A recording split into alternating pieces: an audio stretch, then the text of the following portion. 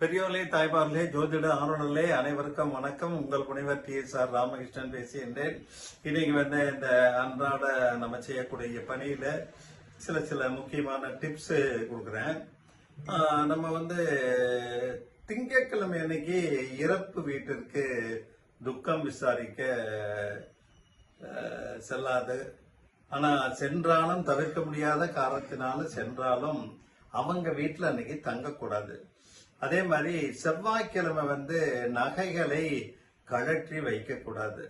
புதன்கிழமை அன்னைக்கு கண் சம்பந்தமான சிகிச்சைகள் செய்யக்கூடாது. வியாழக்கிழமை துளசியை வழிபாடு செய்பவர்கள், பெருமாள் படத்துக்கு துளசி வைக்கிறவங்க, நம்ம பூஜையில துளசி பயன்படுத்துபவர்கள், வெள்ளிக்கிழமை துளசி வைக்கிறவங்க, இந்த மாதிரி இருக்கிறவங்க வியாழக்கிழமை அசைவ உணவு சாப்பிடக்கூடாது. வெள்ளிக்கிழமை அன்னைக்கு கடன் கொடுக்காதீங்க, வாங்காதீங்க. சனிக்கிழமை அன்னைக்கு கடன் வாங்கவே கூடாது. ஞாயிற்றுக்கிழமை இரும்பு சம்பந்தமான பொருட்களை வாங்கக்கூடாது. அதே மாதிரி வீட்டுல நிறைய பக்கம் இடம் முன்னால பின்னாலெல்லாம் இருக்கு, கார்டனிங் பண்றோம், மரம் வைக்கிறாங்க. அந்த மாதிரி வைக்கும்போது சில விதிமுறைகள். ஒற்றை தென்னை மரம் வைக்கக்கூடாது. தென்னம்பிள்ளை வைக்கிறீங்கன்னா 2 வைங்க, 3 வைங்க, இல்ல 4, 5 இடத்தை பொறுத்து. ஆனா ஒரே ஒரு தென்னம்பிள்ளை மட்டும் வீட்டுல வைக்கக்கூடாது. அதே மாதிரி ஒற்றை பனை மரமும் வைக்கக்கூடாது. அதே மாதிரி வீட்டுல நிலக்கதவை திறந்த உடனே, நிலவாசலை திறந்த உடனே முன்னால முருங்கை மரம் கண்ணுல தெரியக்கூடாது. பின்புறம் வேணா வைக்கலாம். அதே மாதிரி நல்ல வேப்ப மரம் வளர்ந்துருக்குது அப்படின்னா அந்த வேப்ப மரத்தை நம்ம சில பேர் பெருசா வீட்டுக்கு முன்னால 2-3 வச்சுட்டுருவாங்க. அது நல்ல உயரமா வளர்ந்து இந்த லைன் கம்பியை டச் பண்ணோம், இல்லைன்னா வீட்டுக்கு மொட்டை மாடி கட்டிடத்திலேயே உங்களுக்கு அகண்டு பறந்து வளர்ந்துருக்கும். அந்த மாதிரி வேப்ப மரத்தை நீங்க வளராமல் வெட்டக்கூடாது. ஏன்னா வேப்ப மரத்தை வெட்டினீங்கன்னா வீட்டுல ஒற்றுமை பாதிக்கப்படும். பெருமாள் கோயில் பின்புறம் சிவன் கோவிலோ கணபதி கோயிலோ எதிர்ப்புறம் கட்டக்கூடாது. அதே மாதிரி அதுல பெருமாள் கோயில் பின்னால வீடு கட்டக்கூடாது. சிவன் கணபதி கோயிலுக்கு ஆப்போசிட் சைடு வீடு கட்டக்கூடாது. இந்த மாதிரி எல்லாம் நம்ம சில விஷயங்களை பார்த்துக்கணும். அதே மாதிரி நம்ம எண்ணெய் மற்றும் தண்ணீரில நம்ம முகத்தை பார்க்க கூடாது. பாத்தீங்கன்னா சில இறப்பு வீட்டுல இறந்து அந்த 3ஆம் நாள்ல 14 நாள் காரியம் பண்ணும்போது தீட்டு கழியறதுக்காக அந்த இது பண்ணவங்க கர்ம காரியங்களை பண்ணவங்கள எண்ணெய முகம் பார்க்க சொல்லுவாங்க. அந்த மாதிரி சமையல் தான் பார்க்கணும். மற்றபடி எல்லோரும் எப்போதும் அடிக்கடி எண்ணெய் கிண்ணத்துல எண்ணெய அல்லது தண்ணீர்லயும் பார்க்க கூடாது. சில பேர் ஆத்துல குளிக்கிறோம், இதுல குளிக்கிறோம், இல்ல ஸ்விம்மிங் பூல்ல குளிக்கிறோம், அப்படியே பாடி மேல தூக்கிட்டு நம்ம முகத்தினுடைய நிழலை தண்ணீர்ல பார்ப்பாங்க. அதே மாதிரி நம்ம ஸ்விம்மிங் பூலுக்கு எதுக்கால பெஞ்சோ சேர உட்கார்ந்துட்டு அதுல பார்ப்பாங்க. அந்த மாதிரி தண்ணீர்லயும் நம்மளுடைய நிழல் அல்லது முகத்தை பார்க்க கூடாது. நீங்க வியாழக்கிழமை பிறந்த குழந்தை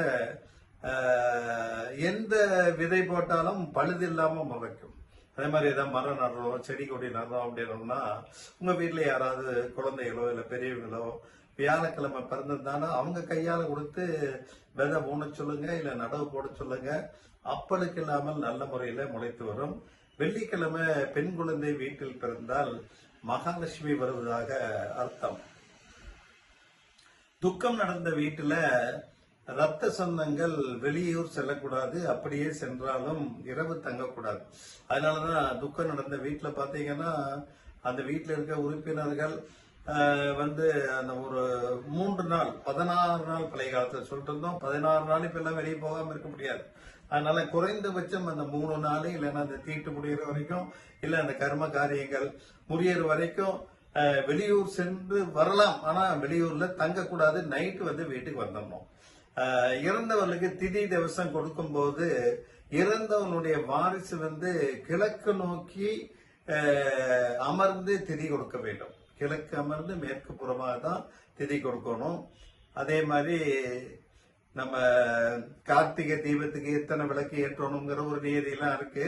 கார்த்திகை தீபம் முடிஞ்சது, இருந்தாலும் அந்த தகவலை கொடுத்துட்றேன். மொத்தம் வந்து நம்ம 27 விளக்குகள் ஏற்றணும். இந்த 27 விளக்குகள் வந்து 27 நட்சத்திரத்தை குறிக்கும். வீட்டு முற்றத்துல 4 விளக்குகள், சமையல் கூடத்துல 2, முன் படிக்கட்டுல 2, பின் படிக்கட்டுல 4, திண்ணையில 4, மாடக்குழியில 2, நிலைப்படிக்கு அருகிலே 2, சாமி படத்துக்கு கீழே 2, வெளியிலே யமதீபம் தென்மேற்கு மூலையில தெற்கு நோக்கி ஏற்ற வேண்டும்.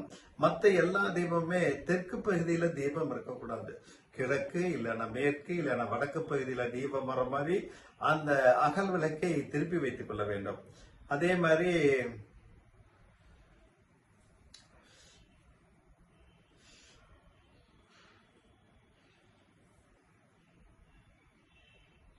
நம்ம வந்து வீட்டுல செய்யக்கூடாத சில விஷயங்கள், அதுல அலட்சியமாகலாம் பார்க்கக்கூடாது.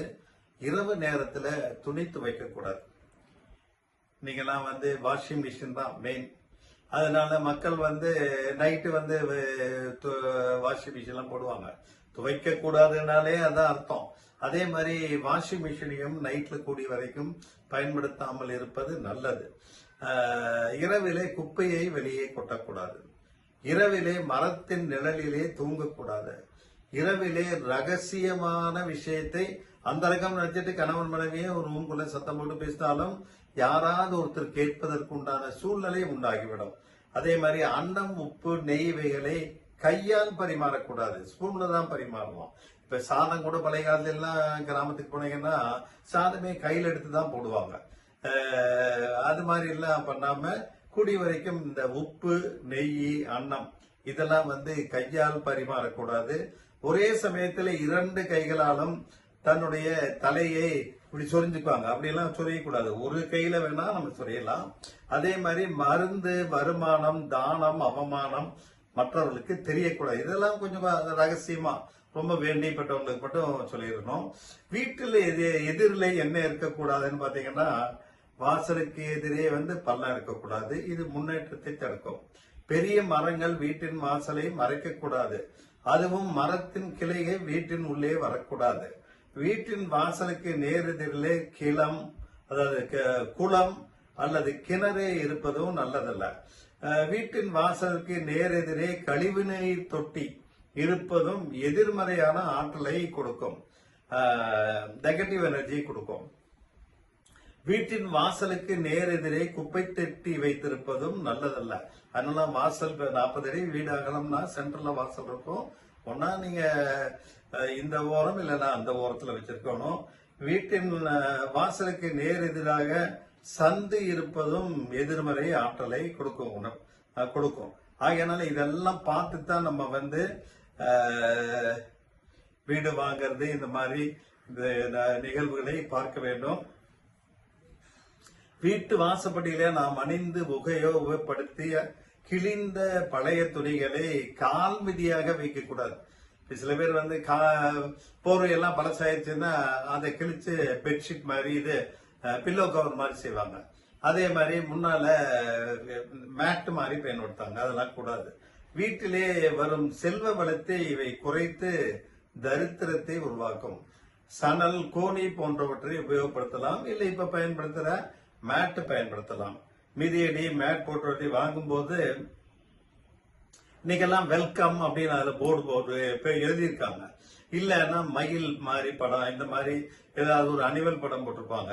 அதுல மயில், அன்னம் போன்ற படங்கள் மேட்ல எல்லாம் இருக்கக்கூடாது. ஏன்னா நம்ம காலில் மிதிக்கும் போது அந்த அன்னப்பறவையையும் மயில் பறவையும் மிதிக்கின்றோம். கூடிய வரைக்கும் அதெல்லாம் பண்ணக்கூடாது. கூடிய வரைக்கும் அந்த வெல்கமே இருக்கக்கூடாது. ஏன்னா அந்த வெல்கம் இருந்தாலும் அதையும் காலில் மிதிச்சுத்தானே போறோம். அதனால இதெல்லாம் இந்த நெகட்டிவ் எனர்ஜி கொடுக்கக்கூடியது. ஆக இந்த மாதிரி சில முக்கியமான டிப்ஸ்களை பார்த்து கொண்டு அதற்கேற்ப அன்றாட பணிகளை செய்து வளமான வாழ்வையும் மகிழ்ச்சியான வாழ்க்கையும் அனைவரும் நடத்த வேண்டும் என்று கேட்டுக்கொண்டு நிறைவு செய்கின்றேன். நன்றி, வணக்கம்.